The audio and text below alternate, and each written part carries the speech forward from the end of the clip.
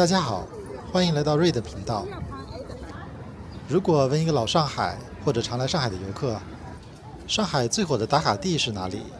那么脑海中一定会浮现出这几个名字：新天地、田子坊、东方明珠。这些地方曾经是无数人第一次来上海的必打卡清单，是当之无愧的顶流。但时过境迁，上海的网红地标换了一茬又一茬。今天我们就来一次情怀考古，再访三地，了解他们的过去现状，看看这些曾经的顶流景点还值不值得专门为它去一趟。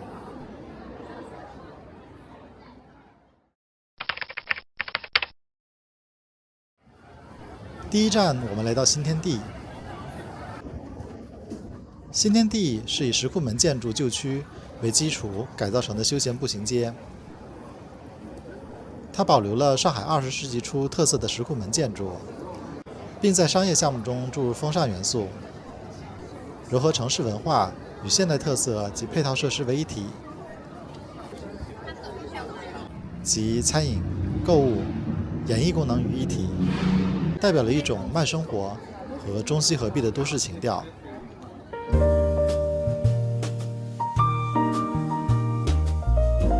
欢迎按赞、订阅、分享、热推，并开启小铃铛。您的肯定是我创作的最大动力。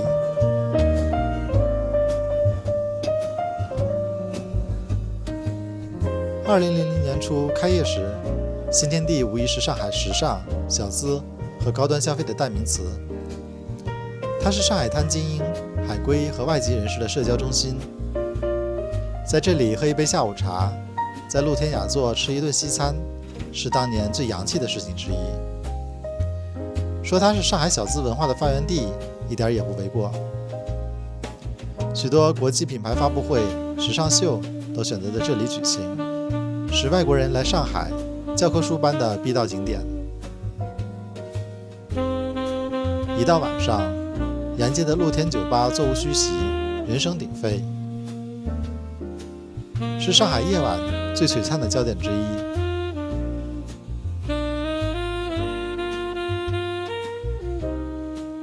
现在的新天地依然保持着高水准的建筑和环境维护，它不断进行扩建和升级，新增了东台里商业体等，入驻了更多国际知名品牌和高端餐厅。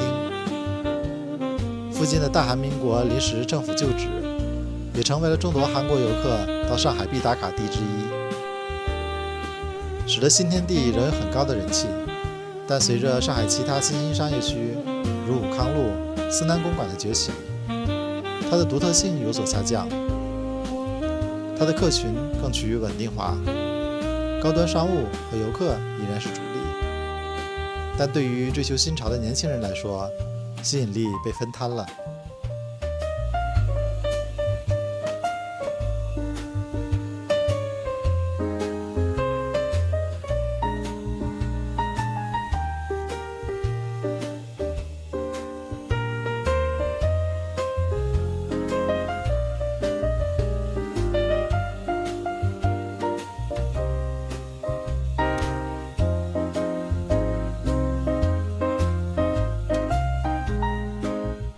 那么现在是否还值得去呢？答案是值得，但有条件。如果您追求的是高品质的消费体验，想在一个有上海历史风貌的环境里吃一顿不错的饭，或者想了解上海城市更新最成功的案例，新天地依然是很好的选择。这里可以感受到上海国际化和现代化，品尝到各种美食，还能欣赏到石库门建筑的独特魅力。但如果您是预算有限的背包客，或者想寻找更接地气、更刺激的潮流玩法，那新天地可能只会让你觉得好看，但与我无关。它更像一个精致的露天博物馆，适合欣赏，但不一定适合所有人参与。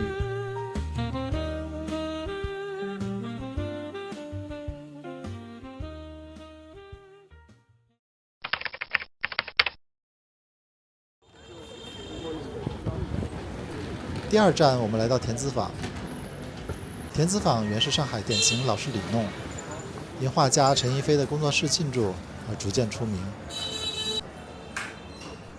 如果说新天地是精心规划的，那田子坊就是野蛮生长的。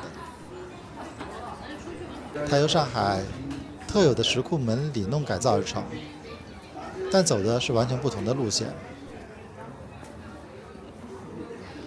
这里巷子窄的只容1、2人通过，两边是密密麻麻的小店，卖着文创、工艺品、小吃。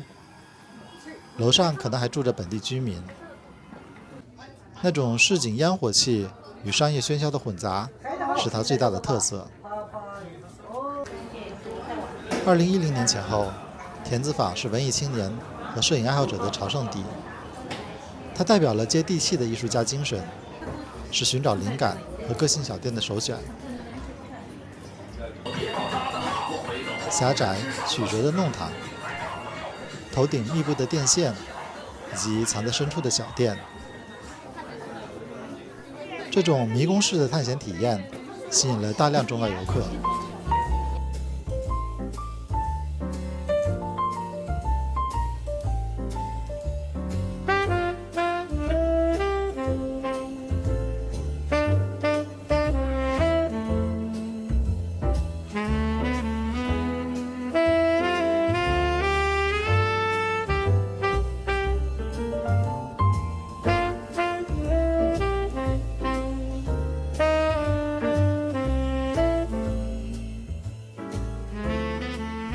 现在的田子坊用一个词概括，就是过度商业化。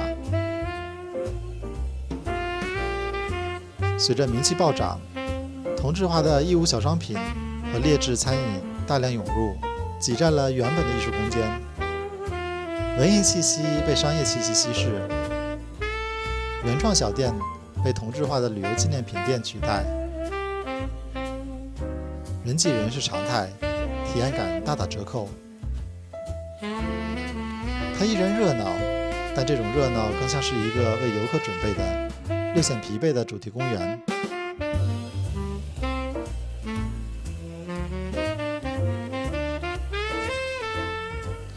那么现在是否还值得去呢？可以来，但请降低期待。如果您是第一次来上海，想感受一下上海老弄堂的肌理，并且不介意在人群中穿梭，可以花1个小时快速走马观花，把它当做一个猎奇的景点，而不是一个能让您静心感受文艺的地方。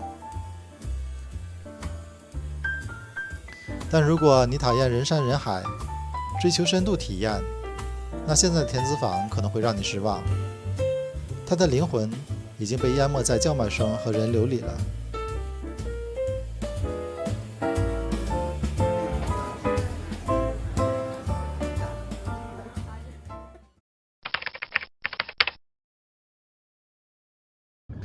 东方明珠广播电视塔于1994年落成，以其独特的外形和468米的高度，成为上海外滩景观的绝对焦点。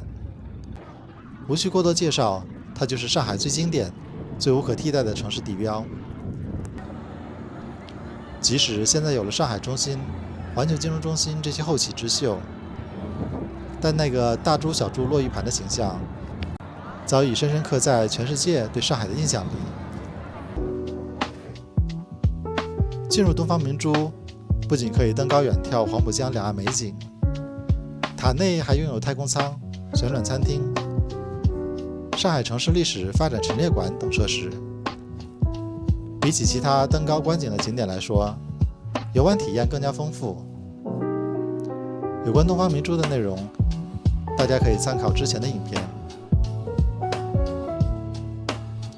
上世纪90年代，东方明珠是上海最直观的具象化表现，频繁出现在电视、广播中，还成为众多全球知名电影的取景地，像是《变形金刚2》《碟中谍3》等，是国内外游客到上海必去的打卡地之一。在其他超高层建筑建成之前，东方明珠就是上海的天际线之王。那时登上东方明珠是来上海最具有仪式感的一件事。在263米的主观光层，隔着玻璃俯瞰黄浦江和外滩万国建筑博览群，是无数人最珍贵的旅行记忆。现在的东方明珠依然是地标，作为观景台，它确实老了。它的观光设施、科技体验感肯定不如后来的上海三件套另外两位，但它的地位依然稳固，游客量依然巨大。很多人来这里不仅仅是为了看风景，更是为了完成一种朝圣。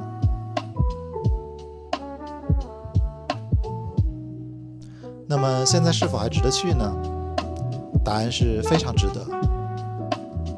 如果您是第一次来上海，想要一张最经典的以陆家嘴和外滩为背景的观光照片，东方明珠的观景台依然是绝佳选择。如果您不想上去，那也一定要在陆家嘴的环形天桥上，或者在外滩与它合影。它作为背景板的价值是永恒的。但如果你已经登顶过更高的建筑，追求极致的观景体验，那您可能会觉得东方明珠的性价比不高。